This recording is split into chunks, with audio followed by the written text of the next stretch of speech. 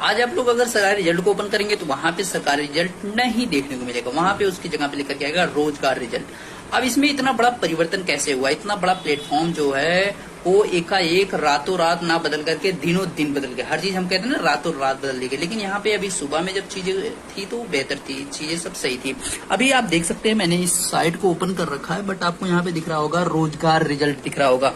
तो वही चीज है, परिवर्तन यहाँ पे हुआ है कि भाई अब सरकारी रिजल्ट वाले ने उस चीज को बेच दिया है या उसी ने उस चीज का नाम परिवर्तित किया है, क्या है अब इस चीज के बारे में तो पूरी जानकारी है नहीं, बट नाम पूरी तरह से परिवर्तित हो चुका है। या कोई सरकारी दबाव हो सकता है या भाई जो भी हो, बट किसी को अगर पता हो कमेंट जरूर करेगा कि सरकारी रिजल्ट का नाम जो है रोजगार रिजल्ट होने के पीछे क्या वजह है।